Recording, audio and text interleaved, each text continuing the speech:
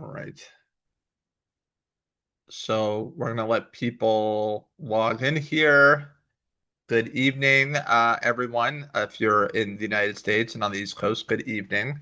Thank you, everyone, for joining us tonight. We are very lucky to have Dr. Sheila Riazi here tonight on this really important topic and really important webinar. I'm going to turn it over to Dr. Riazi momentarily, but I just want to introduce her. Dr. Riazi is a professor of the Department of Anesthesiology and serves as the site head of anesthesiology at Toronto Western and Women's College Hospitals. She is a staff anesthesiologist at the University Health Network, a clinician scientist with the UHN Research Institute, and president of UHN's Medical Staff Association. Dr. Riazi addressed Canada's only diagnostic center for malignant hyperthermia, and we'll be talking about that a little bit, and serves as chair of the International Advisory Group for MH. She has authored more than 100 publications, including articles in high-impact journals such as Nature and The Lancet. She is on the board of directors of the Malignant Hyperthermia Association of the United States, and perhaps most importantly, she is on the scientific advisory board of the RYR-1 Foundation. So with that, Dr. Riazi, I'm going to turn it over to you. You have the screen, and so you should be good to go. Thank you, Mike. Thanks for the kind intro and also the invite. Good afternoon, everyone. Although you're right, it depends where you are at this moment. But hi, thanks for joining us for this webinar. I'm here to basically present one of our latest papers, which Mike thought might have some, use for patients affected with RYR1 variants. So this is a joint publication, meaning that same basically manuscript was published in two journals, the Canadian Journal of Anesthesia, which is a journal of CAS, or Canadian Anesthesiologists Society, as well as Anesthesiology Journal, which is the Journal of American Society of Anesthesiology, or ASA. My co-authors are Stacy Watt, who is the president of MHAUS, MH Association of United States, Jennifer Plester, who is a representative from CAS, who's also an anesthesiologist, and Leslie Biesecker, who is a clinician geneticist, as well as head of genomic medicine at NIH. So why are we presenting this, and why is this possibly important or beneficial for you guys or for any individuals affected with RYR1 variants? As many of you know, some of the RYR1 variants can cause malignant hyperthermia, or MH, which is potentially a lethal basically reaction to certain anesthetic, gas anesthetic, and succinylcholine. Majority of MH susceptible patients, they have a variance in RYR1 gene. About perhaps we think up to 70% of MH susceptible patients, they have variance in RYR1. Despite the good treatments and even early recognition of signs of MH, unfortunately, still mortality and significant morbidity happens with MH reactions. And therefore, prevention is the most important step to have this disease hopefully eliminated. And our paper is all about that, to identify the at-risk individuals at the perioperative setting before they are exposed to these triggers, gas anesthetic and succinylcholine, and provide the most reasonable but also safest type of anesthetic. And for those of you who may not be familiar, you can still go under surgery and have an anesthetic that is not a gas anesthetic. We call it a TIVA, or total intravenous anesthesia, which is safe for MH patients. So why are we talking or why is it important even in this the paper? From a few aspects. One of them is about the approach to genetic results. So maybe for about 10, 15 years ago, gene sequencing or genetic testing was a big deal. It was expensive, and it was mainly a single gene testing. Nowadays, it's much cheaper more available. There are many laboratories in United States and Canada, across the world, that they do panels of genes. So it could be, a panel of 10, 20, even 100 genes that they test. And you can have the results within 2 to 3 weeks, or even sometimes earlier than that. Or even go through exome or whole genome sequencing. Whole genome sequencing is basically look at all the genes in a human being and look at all the, abnormal variants that might be detected. So it's a huge amount of data. Having said that, it's very much possible and it's easier to do compared to, say, 10, 15 years ago. So it's more available, and therefore many people, they get tested quite often. And RYR1 gene is one of the genes that is identified as by American College of Medical Geneticists as a mandatory reporting, meaning because of MH and the fact that it's a potentially fatal disease, any variants in RYR1 should be reported, even if you are tested for completely separate, reason. If in your whole genomic or exome sequencing they find a variant in RYR1, they have to report it to you. So we get a lot of incidental or secondary findings in patients with not much history of MH or family history of MH that they come with the result that shows that they have a variant in RYR1.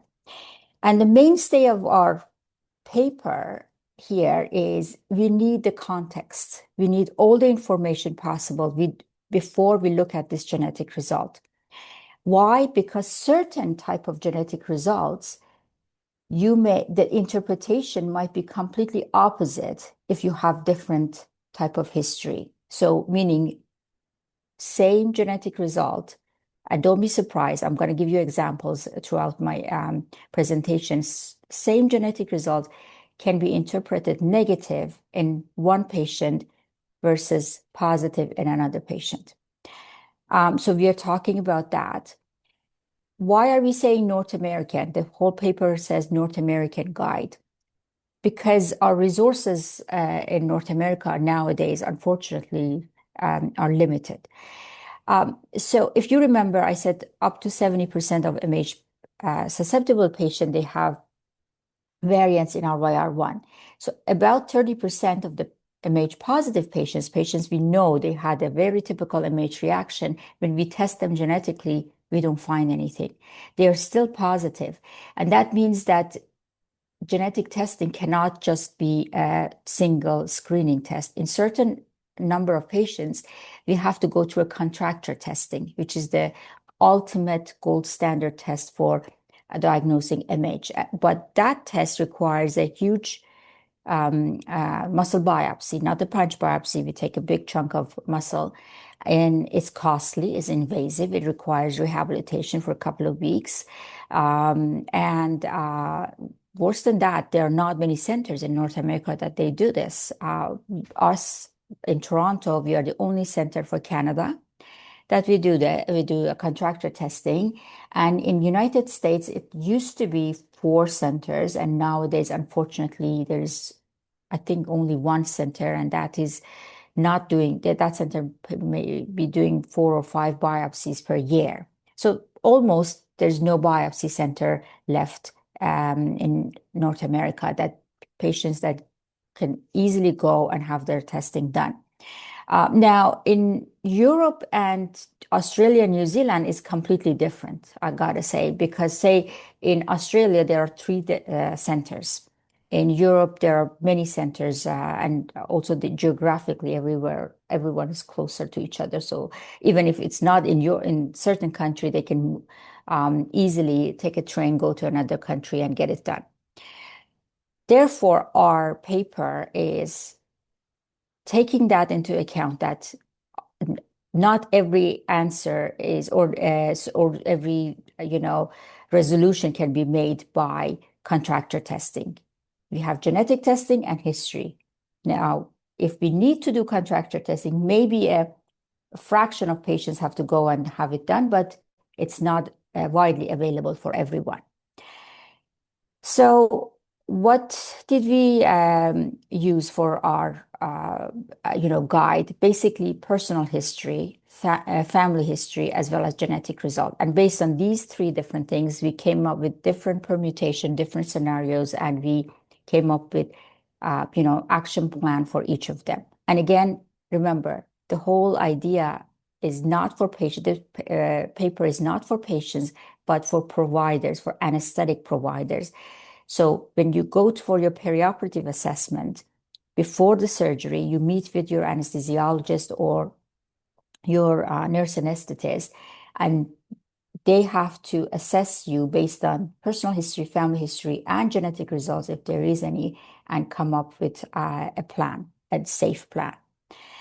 So this is the meat of our paper, the algorithm, and I learned how to make this bigger. There you go. So it all starts with the self-history. And the first question is, does the patient have personal history of MH or CKemia, meaning high CK, or EHI, which is exertional heat illness? Why are we adding CKemia and EHI to this? Because patients with a high baseline CK, CK is a muscle enzyme. Normally, it should be 300-400 max. High CK means over 1,000, over 2,000 at baseline, meaning before surgery, before vigorous exercise. If your baseline is over 1,000 or 2,000, that is abnormal. EHI, so people get heat stroke, one or two heat stroke, or one or two time muscle breakdown after exercise is not that big a deal. Many patients, many healthy individuals may have that. But repeated susceptibility to exertion and heat illnesses, or illnesses caused by exertion and heat, that could be a soft indicator that the patient is MH susceptible. So this is the history. This is the personal history we have to get. Have you had any MH reaction or high CK, or do you have EHI? Yes or no?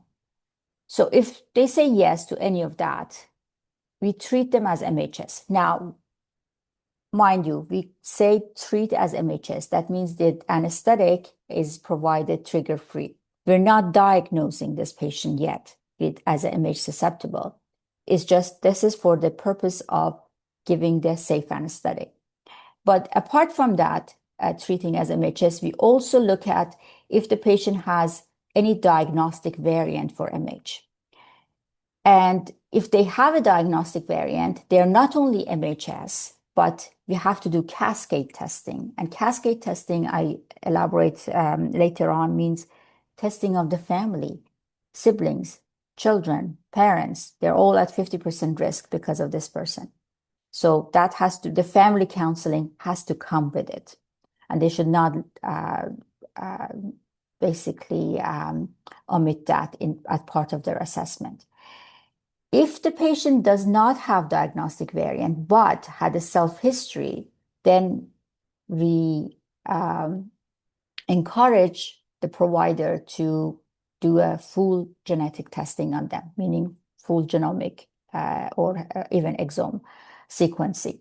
And based on the variant, again, if they have a diagnostic variant, they are MHS and the cascade testing done. If they don't have it, then they should be investigated. Still, why? Because if they've had this reaction and there's no genetic result, then perhaps they have to go for contracture testing. Now, if there is no self-history, if someone comes in for just a routine perioperative visit, there's no self-history. The next step is if they have a family history. Now, and if there is a family history, the next question again, like the top one, is if this family member who says he had a reaction, do they have a diagnostic variant or not? If they have a diagnostic variant, if that family member has a diagnostic variant, then we have to test our patient. If our patient has the exact same diagnostic variant, hallelujah, problem solved. This patient is MH positive, and again, the family counseling should follow for the rest of the family members. If this patient does not have the exact same diagnostic variant of the family member, but has where's my cursor? But has another variant, which is categorized as P means pathogenic, LP is likely pathogenic, or VUS high. I will explain all these things later. But basically, it shows that this patient does not have the diagnostic variant of the family members, but has a bad variant, a variant that is, the assessment of the variant shows it could be pathogenic. Then this patient still is MH positive. This is incidental finding, meaning it's not exactly like their family members, but they are positive. The third one is if the patient does not have the diagnostic variant of the family members, but has some kind of another variant, which could be benign or likely benign, or again, variant of unknown significance, but it's a low probability. Then we call them MH negative. Again, this MHN doesn't mean that they are completely negative, but for the purpose of the anesthetic, we can give them gas anesthetic. If we don't have means of testing this patient, or it's an urgent case and patient says, oh, there's a family history, but we don't have to test the patient, we don't have time to test the patient, then automatically we treat the patient as positive, because as anesthesiologists, we're not gamblers. We want to provide the safe anesthetic. So we assume that the patient has it. Now, if there is no self-history, but there's a family history here, and the patient, the family members, they don't have a diagnostic variant. There are so many permutations. I'm not going to bore you with this. It's a headache, but that basically gives a recipe for anesthesiologist or anesthetic provider to follow what they have to do. The quick one is here. If there's no self-history and there's no family history, but then we are looking at if the patient has a genetic result for whatever reason, incidental, secondary, whatever reason, if they have a genetic results. And if there's no genetic results, then we just treat them like a normal population coming from the street. We just give them gas anesthetic. However, if this patient now shows, hey, I have an RYR-1, then we have to look at this variant. And if the variant is pathogenic or likely pathogenic, then this patient actually is MH susceptible, and we should treat them like that. If it's benign or likely benign, or VUS, which is variant of uncertain significance of low probability, we treat them as MH negative. If there is a variant of uncertain significance, but a high probability, we treat them as MH positive, but they should investigate that person more. So this is the secondary finding or incidental finding of a variant, that what we should do based on what we find. Unfortunately, historically, and some of our colleagues, they think even if there is no self-history, no family history, any variant in RYR1, patient should be treated as positive. And we have been trying to say you have to look at the type of variant. So let's look at the VUS and talk about that, because so every time you have a genetic variant, basically there are 5 categories now for each genetic variant. If there are enough evidence from functional analysis, from reports out there, from their incidents and all that, that shows that this variant is disease causing, is probably pathogenic or likely pathogenic, P or LP. Anyone, incidental finding or not, if you carry a P or LP variant, they should be treated as MH positive. Now, VUS high means it can become a likely pathogenic, but probably one evidence is missing. Or there are enough evidence suggestive of being pathogenic, but not enough to reach the threshold. That's why we put a range here. So VUS high, we still treat them as MH positive. Now, the other side is there are enough evidence to call a variant benign or likely benign. We don't treat them as MH positive. So And many RYR1 variant, if you look at for MH positive or MH disease causing, they could fall into benign or likely benign. We don't treat those patients as MH positive.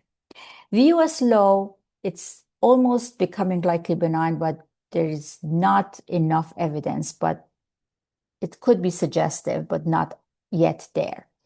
And VUS mid, unfortunately, is very difficult because it's right in the middle. However, that is the one I was talking about earlier. If there is a self-history, you treat them as positive. But if there is a family history of someone in the family who have had some kind of abnormal anesthetic reaction, and we don't even have their results, so we don't even know what family that family has a genetic testing done or what the result is. And you being their family member, you have a VUS mid. In that case, we treat you as MH positive. However, if there's absolutely no known family history or no self-history of MH, and you come to me and you show me that you have a VUS mid, I treat you as MH negative because your risk will be like the general population for having an MH reaction. You're not at increased risk compared to the general population. And that is basically the core of core message of our paper, that you have to look at this history there, and genetic results by itself may not be enough to put someone, like, it's not that black and white, positive versus negative. And the main four scenarios that this algorithm will help is if you have a prior reaction and records showing that MH, it's positive. That's enough. Just treat them as positive. If there is a positive family history, but patient doesn't have that family variant, depends. If the patient does not have another pathogenic or likely pathogenic variant, you have to treat them as negative because they don't have a known disease-causing variant, and that family member has another variant that this patient doesn't have. So it looks like as if there is no family history either. So you treat them as negative. And again, this is one of the areas that we needed to counsel a lot of anesthesiologists because that was causing a lot of trouble of over-labeling patients. If there is a family history but they haven't been tested, then that VUS, as I said, is now becoming important, and then we will treat them as presumptive MHS. If there is no family history and there is a VUS mid, we treat them as negative. Anyway, so that's basically all we're talking about in this paper. And for patients, what is encouraged is if you go for a perioperative, first of all, anytime you require any surgery, you should be seen by an anesthesiologist or anesthesia care provider to go through your history, to understand your issues. And this is normally we do it for all the system, cardiac, respiratory, kidney, everything. But for anesthetic reaction, and particularly for MH, you really need to sit down with them and they need to understand where this is coming from self-history, family history. So bring every information you have with yourself. And if you have genetic results, please bring them with yourself. If you have family member who have some genetic results and you haven't been tested or you have been tested, that it would be very helpful if you have all the information to bring it over, because every pieces of the puzzle, every pieces of that algorithm need the information that only patient has. It should be obtained from the patient. And hopefully with this type of, assessment and algorithmic approach, we can already risk stratify a lot of patients that we don't really require biopsy for every single patient who comes, and there might be a history of MH in them or in their family members. And as I mentioned about those cascade testing, it's very important for anesthesia care providers to also provide the counseling, or if they are not comfortable, they should refer the patients to genetic counselors to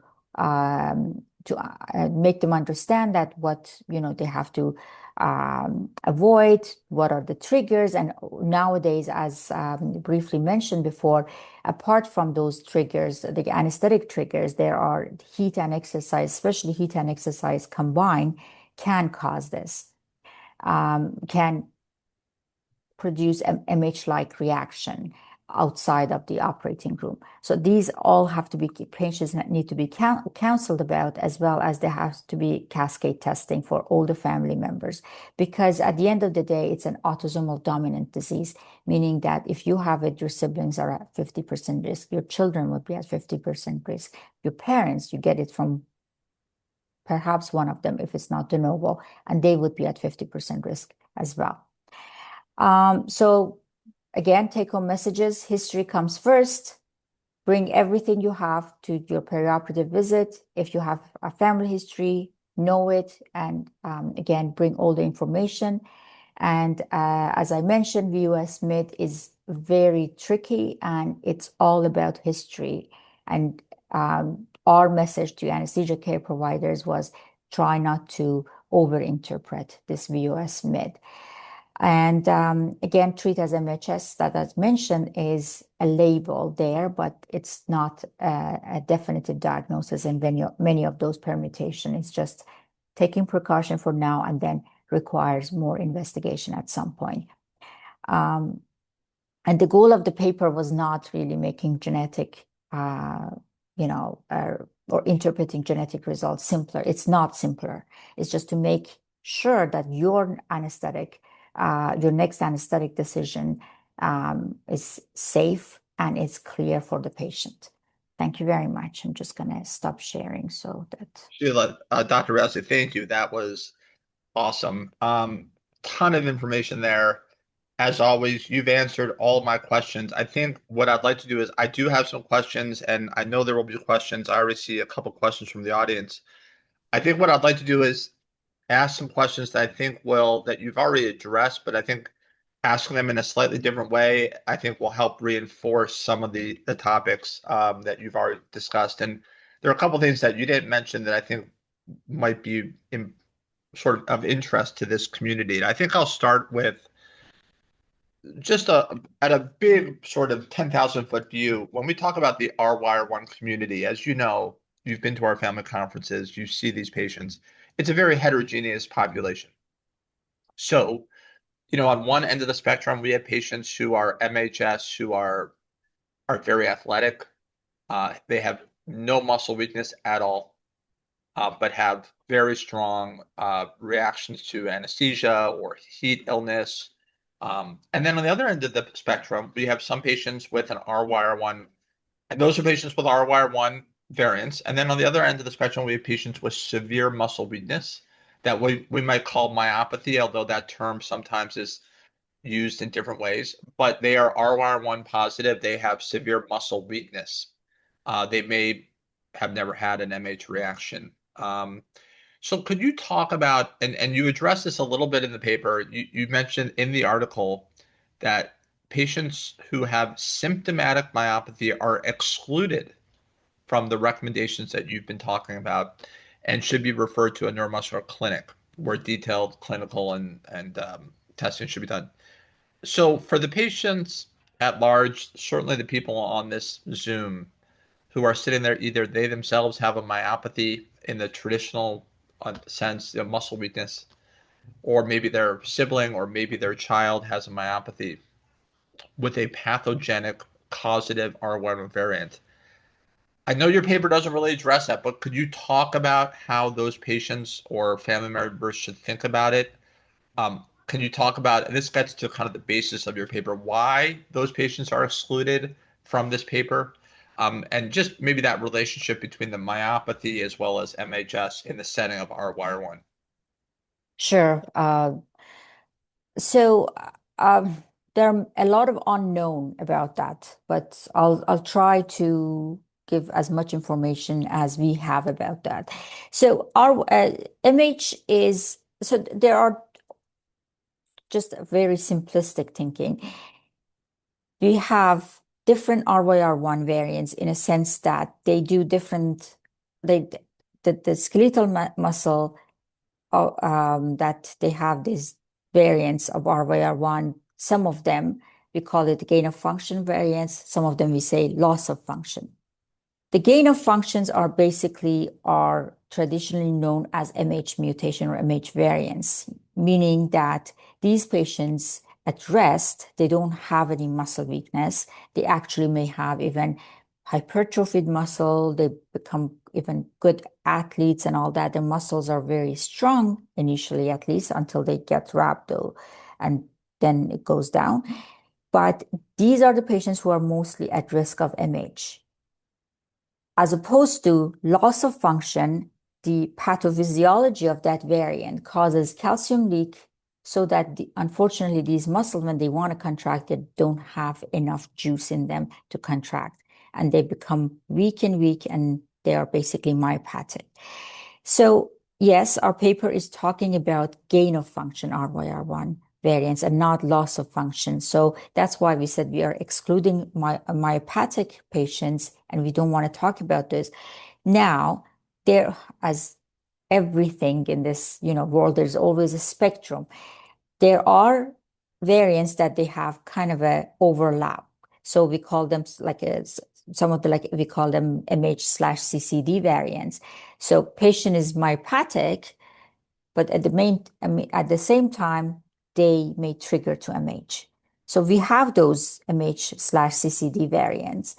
Having said that, again, for ease of, for the purpose of the paper, we tried just to stick to the dominant gain of function RYR1 variants and the not myopathic. Okay. Interestingly, though, the myopathic ones, most of them, unless it's like MH/CCD, they don't trigger MH. Okay, so let me, on that point, and I know this is not really the focus of this webinar and of this paper, but I suspect there are people who are going to ask this question. If you're out there with a recessive form of RYR1, muscle weakness, in theory, you know that it's not a gain of function, whatever. Just practically speaking, I think the value of this paper is it's really practical. It's about how we're going to treat this patient, not necessarily what do you have, but how we're so just from a practical perspective, because we've got this question all the time, should someone with RYR1, and let's just take the case of recessive and muscle weakness, are they quote at risk? And what do they tell the anesthesiologist? How should, from your perspective as a leader in this field, how should the anesthesiologist treat that patient? Say, well, in theory, they're not at risk because it's a recessive loss of function, blah, blah, blah. Or are we just going to take the conservative route and treat as if MH susceptible? Yeah, very, very fair question, Mike.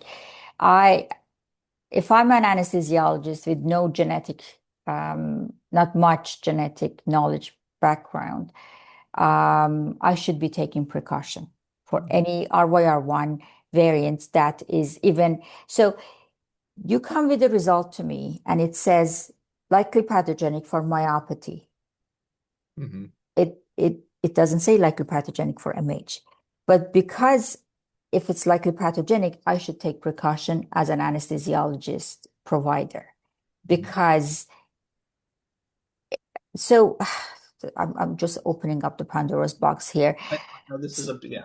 Yeah, so we are doing curation of all these variants basically. And our group, it's called VSEP, it's based at NIH, and there's a different group that does VSEP of RYR1 for MH, from VSEP of RYR1 for myopathy. And we don't think anything here overlaps, Right. by the way. However, as an anesthesiologist, again, with not knowing what RYR1, even gain of function, loss of function, all these things mean, if I see an RYR1 only variant that says pathogenic, likely pathogenic, they should take precaution. Okay. Okay. That's good to know. The other question I have on this sort of related, because this comes up oftentimes at various patient meetings, and it's a great question. Why not just take MH precautions for every single patient, right? Why not just say, hey, we don't know this and that, and we have all these great alternatives, and we don't need to get into the details of that, but there are alternatives, right? If you know someone's MHS, you can just say, we're going to go this route on the anesthesia. Why not just do that for everyone? And then we don't even have to have this conversation. Yeah, problem solved. Right. Yes. So 20 years ago, I would have been very, I would have disagreed with you completely. I said, no, that's not possible. But nowadays, that total intravenous anesthesia, which is a non-triggering kind, is very, very common. In my hospital, 70% we provide TIVA, even if there's nothing about MH. We just provide TIVA because we believe that it provides a better anesthetic and And better just, wake up and everything. sorry, George, However, Tiva, just for everyone, TIVA, can you yeah, define that?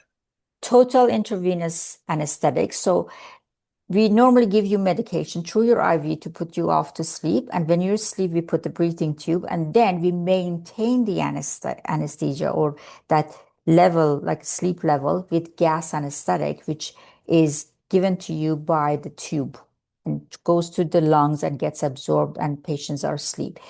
And we have a very good way of measurement of the depth of anesthetic when we give the gas anesthetic. So it's very reliable in the sense that you never get awareness if you are getting gas anesthetic because we know how much you have to give and we know where your level is. Having said that, nowadays our monitors are better, improved. Most of the time, most of the hospitals, they should have another monitor for brain waves that, regardless of the type of anesthetic you are getting, either complete intravenous anesthetic throughout or gas anesthetic, it would measure your brain waves and it gives your anesthesiologist a number even that they should stick to and making sure that you get that number. That means your sleep. It should not give you a lot of that because you don't want to complete, like you still need your brain waves even when you're asleep, or you should not be light. So with all these monitors these days, giving TIVA is much easier and safer and there's less risk of awareness. Having said that, Mike, there are times, especially kids for pediatric, that you don't have the IV. We normally put the kids 2 years old, 3 years old, 4 years old, we put them off to sleep with the gas. And then once they are asleep, we start the IV. There are indications, less so compared to 20 years ago, but there are still indications for that. Even succinylcholine, which I hardly use in my practice, if someone comes in with, say, bowel perforation, it's the best muscle relaxant I can give before the patient is at risk of aspiration.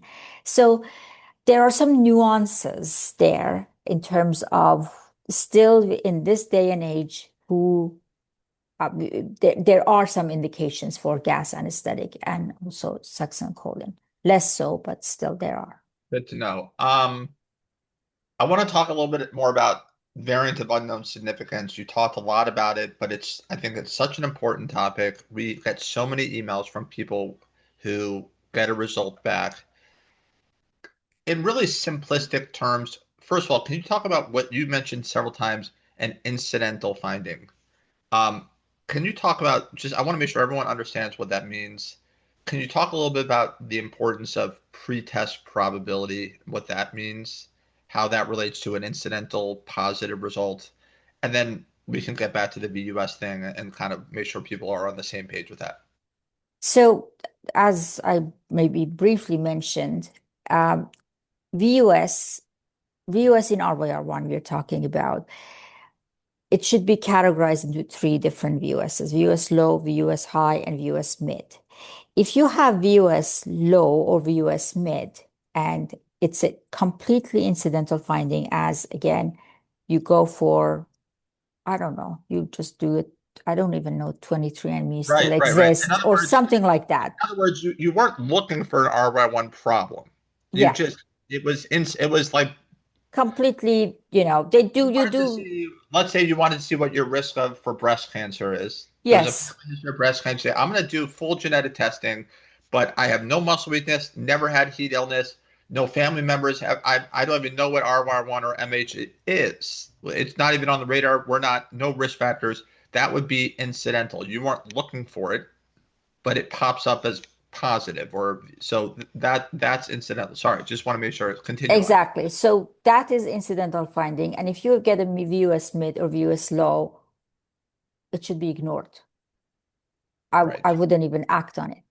Actually, one thing is, as Les Biesecker, the NIH clinical geneticist that we work with, and author of this paper as well, we are trying to encourage the genetic labs not to even report VUS low or mid if the main panel of testing is not the neuromuscular panel and it's completely incidental finding because it's just so confusing for patients and giving them yeah, like it's a fear that you should not even start with. Like you should not invoke that. So that's Yeah, and however, sorry, go ahead. yeah, but if you get the pathogenic or likely pathogenic, that is the one that you or view as high, that is the one that we all know it's a mandatory reporting.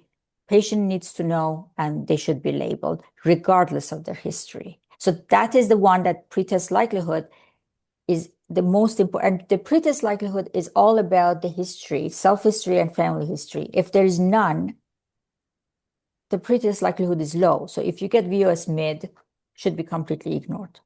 I think that's such a key concept. I think for people, I think for maybe for people who aren't in medicine or science, they just assume that a test, any test, whether it's genetic testing, or I'm a radiologist, an imaging test, that it's a binary result. It's positive or negative, and that is absolute truth.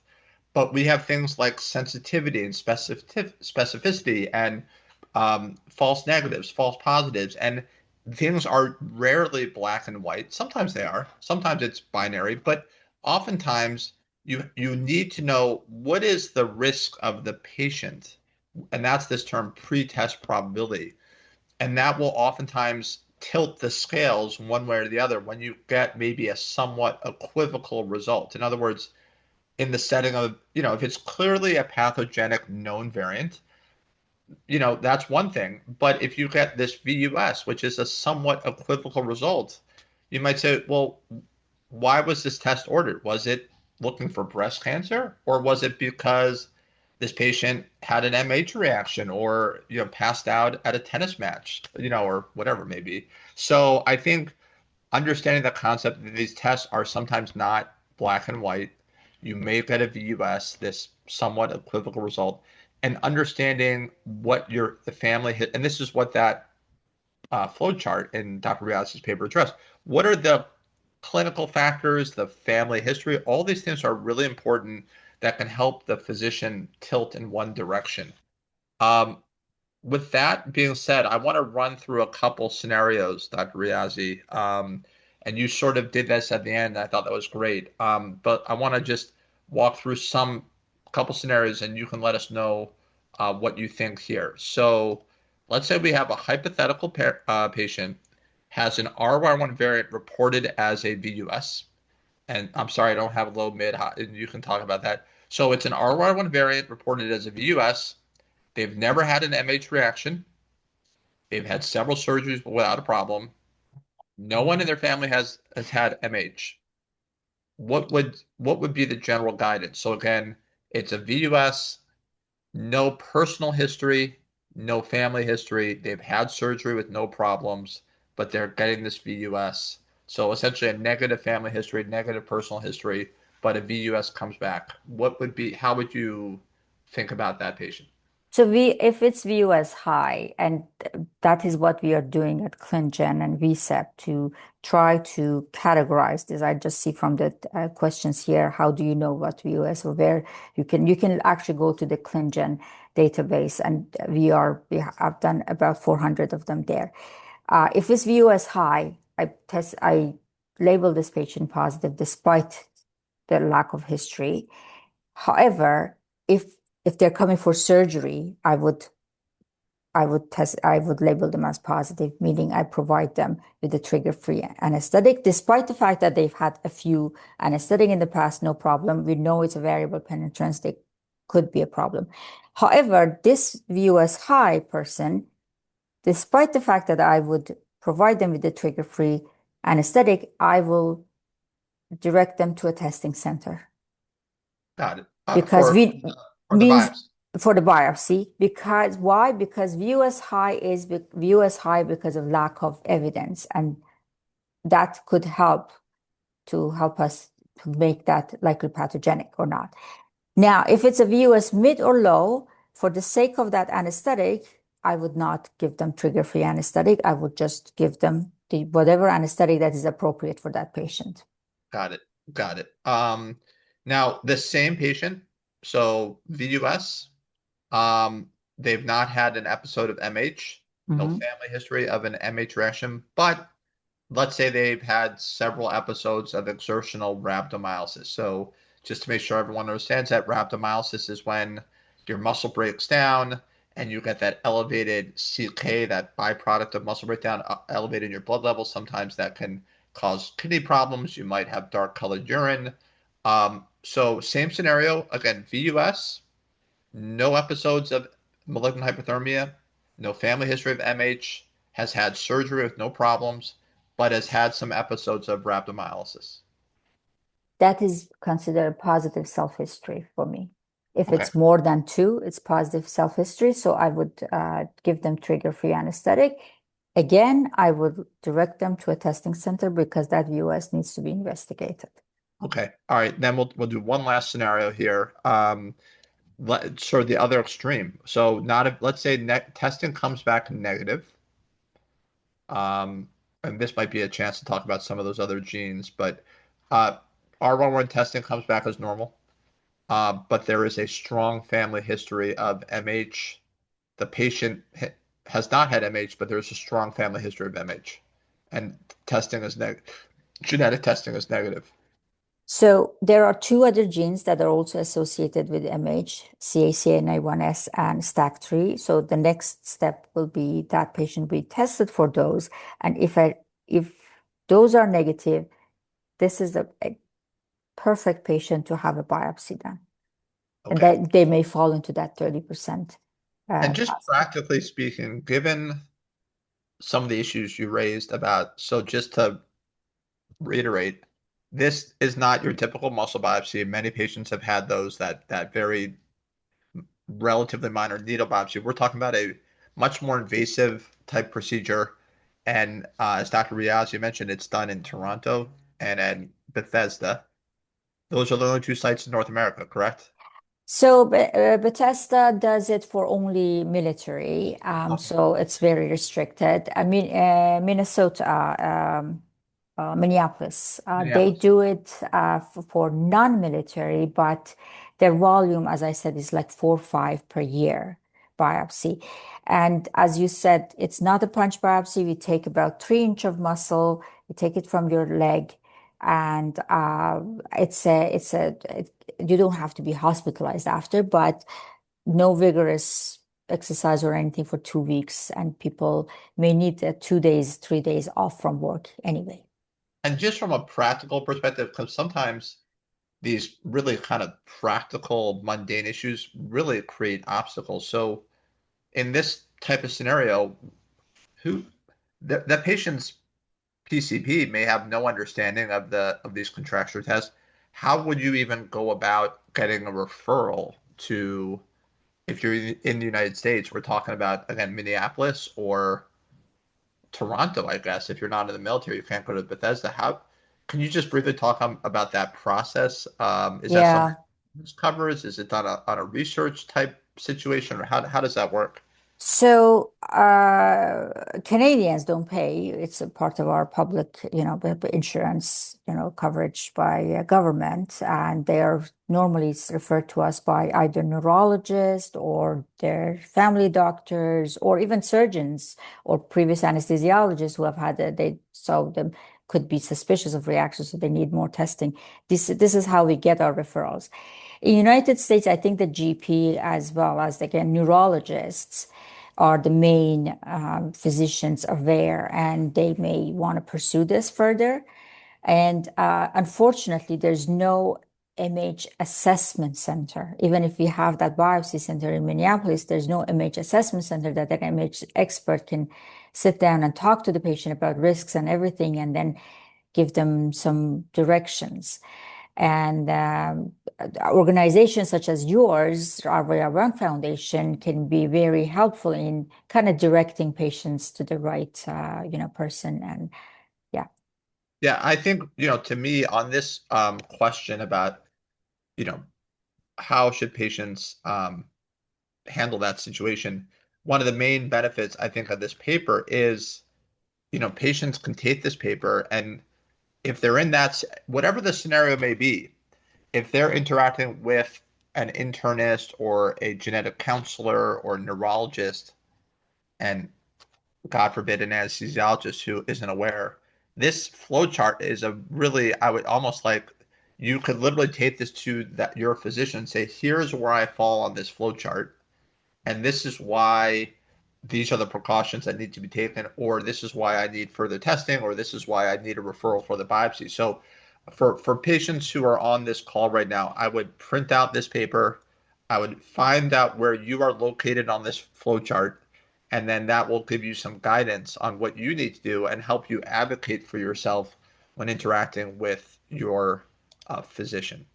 Because I think for these rare diseases, unfortunately, sometimes you do have to advocate for yourself because you may be interacting with providers who don't have a great understanding of what's going on, which is unfortunate. On that point, Dr. Riazi, There are questions on the chat. Do you yes, I'm want me going to end to? up just on this one last question here. Mhm. Is it fair? Are all anesthesiologists, it's a sort of a loaded question, are all anesthesiology departments and anesthesiologists created equal as it relates to this topic? In other words, should patients who are at risk based on all these factors, should they be discriminating in where they go to get their anesthesia, where they might have surgery? Is this basic kind of stuff, or should they be looking for certain centers to I, have this? I always teach my resident this is one disease that you should know better than anyone. Right. And so I should say no. Everyone who's at least board certified anesthesiologist should know the disease in and out, and they should be providing the safe anesthetic and it's not too complicated. It's just you need to know it. That's all. Yes. Okay, perfect. All right, let's just run through some of the questions here. Is it possible for someone with RYR1 MH susceptibility to become an anesthesia provider? Yes.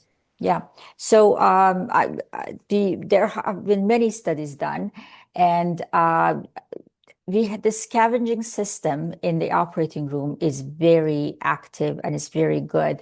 And based on the new standards, it's the gas anesthetic in the air should be reading less than 5 part per million. And you need over 10, sorry, less than 2 part per million. And you need over 10 part per million to trigger. So yes, the question is you can be nurse anesthetist, you can be RT, you can be anesthesiologist even if you have the disease. Yeah. Okay, great. Question from Tara. We have, is there a database that indicates RY1 VUS low, mid, high? I don't see that distinction on ClinVar. Yes, you are right because this is the new concept that we are bringing. But as ClinGen group, we are trying to subcategorize our VUSs. So stay tuned, but check the ClinGen database, and we should hopefully be completing those VUSs soon. Okay, great. Next question here is, what kind of functional testing can be used to determine VUS high versus mid versus low? How do you find a provider to help determine this? This person's genetic report states that the variant is 95% likely to cause dysfunction and is located within an domain. Family history is unknown. This was found during a myopathy workup. So the functional testing are mainly animal and cellular studies, basically that they make that variant and in the say cell level, they make that variant and they measure the calcium release and they compare it with the wild type, which is control, or versus the diseased one and see where this one falls at. That's the best way to functionally analyze it. Other things are information about that variant that based on the biopsy centers, databases, and everything, we know patients that have, say, everyone with certain variant in my group has been tested positive with biopsy. So that's a huge or strong data. There's then segregation and some other genetic, information. I'm not going to go through that. So bioinformatic also counts. It's not that strong, but it can count towards it.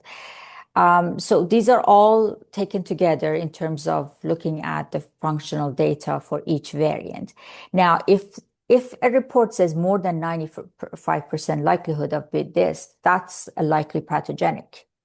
That's or if it's reported as VUS, that's actually a VUS high. So that should be considered as positive. Okay, great. Another really good question here. The Jeffrey asks, what if you have RYR1 with symptoms? I don't know what kind of symptoms. And have had an MH response during surgery. Does this person still need another biopsy? Very good question. So that anesthetic with that adverse anesthetic reaction should be assessed. We always look at it.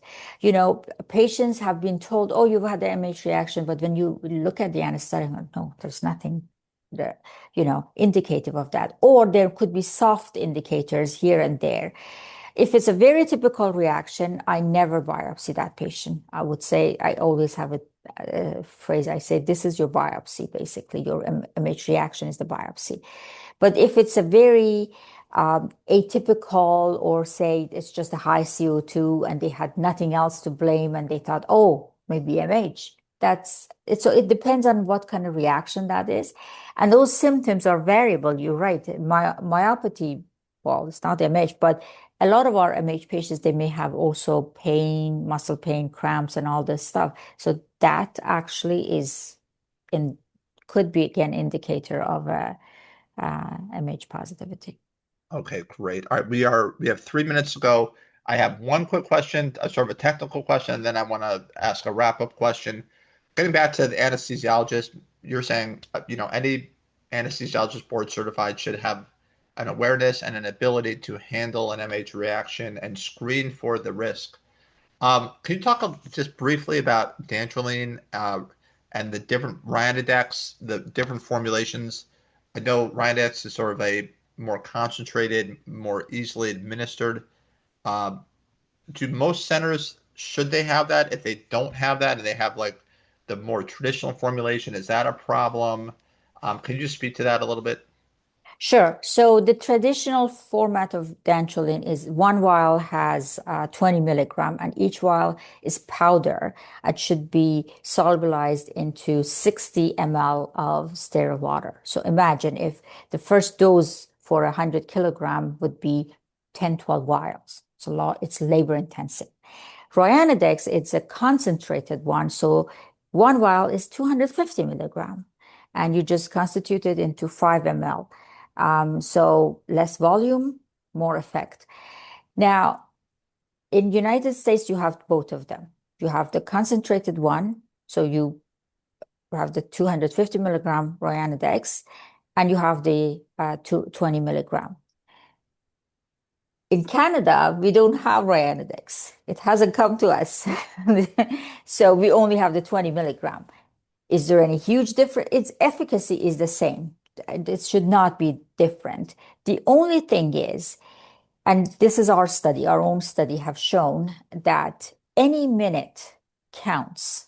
Any delay, every minute delay counts. So if you diagnose someone with 50 minutes delay, it's 100% risk of kidney failure, this.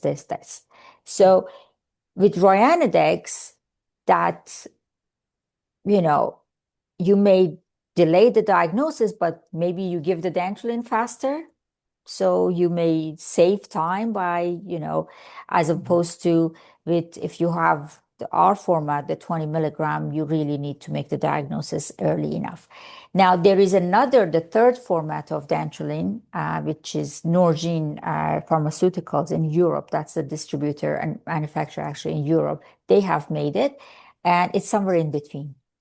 I Okay. think it's 100 So, all, milligram. so, So so all things being equal, setting aside, but any given scenario, is it fair to say that the Ryanadex, given its formulation and more rapid administration, would be the preferred? If I have a choice between going to surgery center A and surgery center B, same surgeon, same everything else, but one has Ryanadex and one has the more traditional formulation. Would it be fair to say that it would be preferable to go to the one that has the Ryanadex or not necessarily? no, I won't answer that. I think your anesthesiologist is the one that counts.